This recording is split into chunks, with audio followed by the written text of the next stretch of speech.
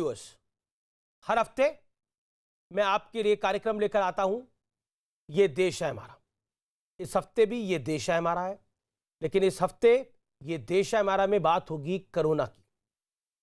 Corona पिछले एक हफ्ते में इस देश में मैं ये कह सकता हूं आग की तरह फैला है। यह आंकड़ा कब 3 लाख के पार हो जाएगा हमें नहीं पता। स्थिति गंभीर है, लेकिन सियासतदान गंभीर क्यों नहीं है? आखिरकार एक दूसरे पर तंज मजाक क्यों हो रहा है? क्या तंज और मजाक से कोरोना भाग जाएगा? तो जरूर करिए। इस हफ्ते ये देश है हमारा में हम इसकी बात करेंगे। हम बात करेंगे कि आखिरकार राजधर्म क्यों नहीं निभाया जा रहा कोरोना के इस काल में हर पॉलिटिकल पार्टी द्वारा। आज इस हफ्ते ये देश है हमारा इसी पर।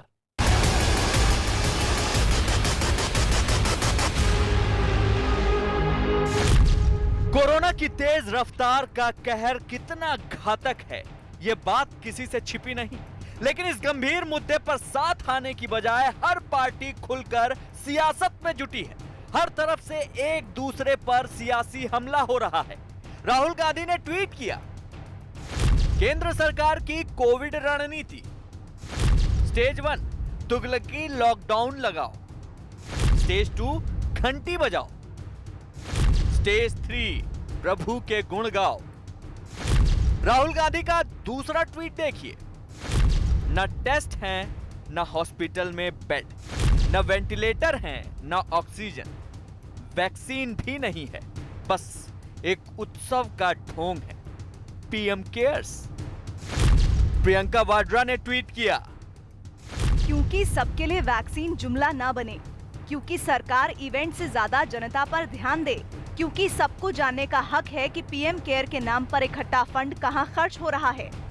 सियासी रैलियों पर सवाल उठाते हुए राजस्थान के मुख्यमंत्री अशोक गहलोत ने ट्वीट किया, एक तरफ तो हम पब्लिक को कोविड प्रोटोकॉल फॉलो करने के लिए कहते हैं और दूसरी तरफ चुनाव में लाखों लोगों की भीड़ की रैलियां और रोड शो होते रहे। मैं आपसे एक सवाल पूछना चाहता हूं, वैक्सीन को लेकर जो पॉलिटिक्स हो रही है उस पर आप क्या कहना चाहते हैं? मैं दिल से आपसे ये सवाल पूछना चाहता हूं क्योंकि लगातार आरोप लग रहे हैं कि वैक्सीन की कमी है। राहुल गांधी ने तो बोला कि हम अपने लोगों को वैक्सीन नहीं दे रहे, विदेशों में वैक्सीन भेज रहे हैं। What you have to say as a former health minister?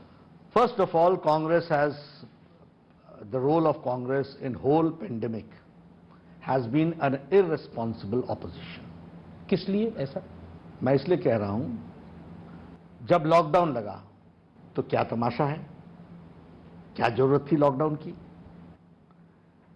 फिर कहा कि लॉकडाउन हटता क्यों नहीं है?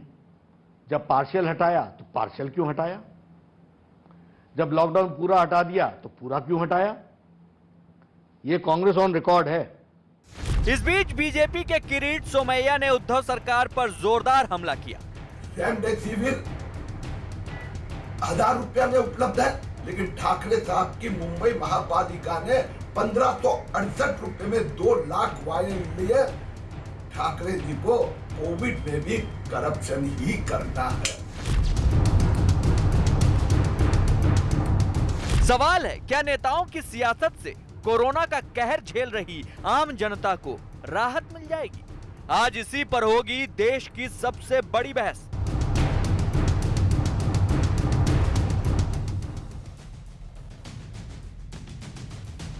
और अब वक्त है विश्लेषण का, और आज विश्लेषण होगा राजधर्म का। राजधर्म का शब्द आपने कई बार डिबेट्स में, चर्चाओं में, विश्लेषणों में सुना होगा, लेकिन आज राजधर्म का विश्लेषण हम करेंगे। क्या हो रहा है और क्या आखिरकार होना चाहिए? क्या हो रहा है? हर पार्टी एक दूसरे को कोस रही है।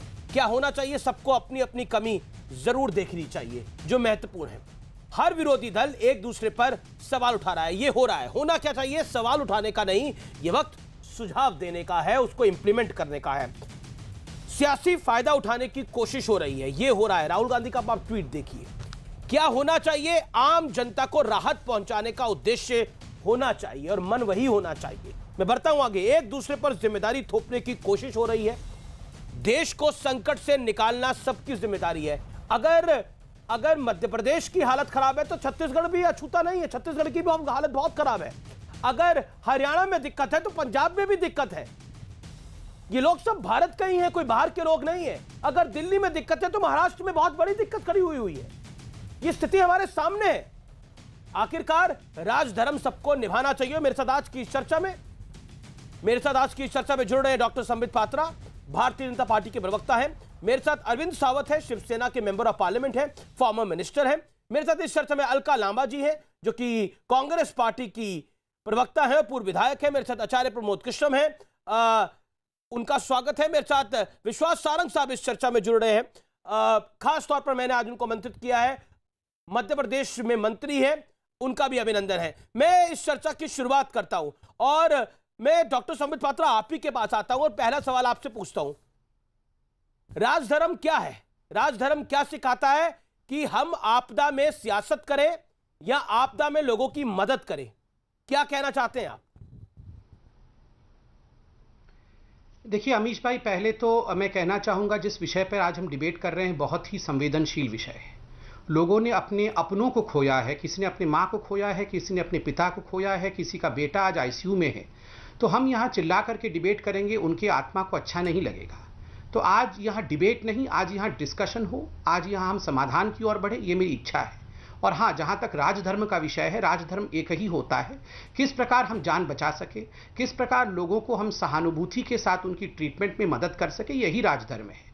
देखिए मैं कहना चाहूँगा, चूंकि आपने राहुल गांधी जी के ऊपर ये डिबेट रखा है, उनके ट्वीट्स के ऊपर ये डिबेट रखा है, राजनीतिकरण के ऊपर ये डिबेट रखा है, मैं कहना चाहूँगा राहुल गांधी जी का भी धर्म है, बिल्कुल उनका अधिकार है कि वो हमसे सवाल पूछें, क्योंकि हम सरकार में हैं, वो विपक्ष में है, वो जरूर हमसे सवाल पूछें।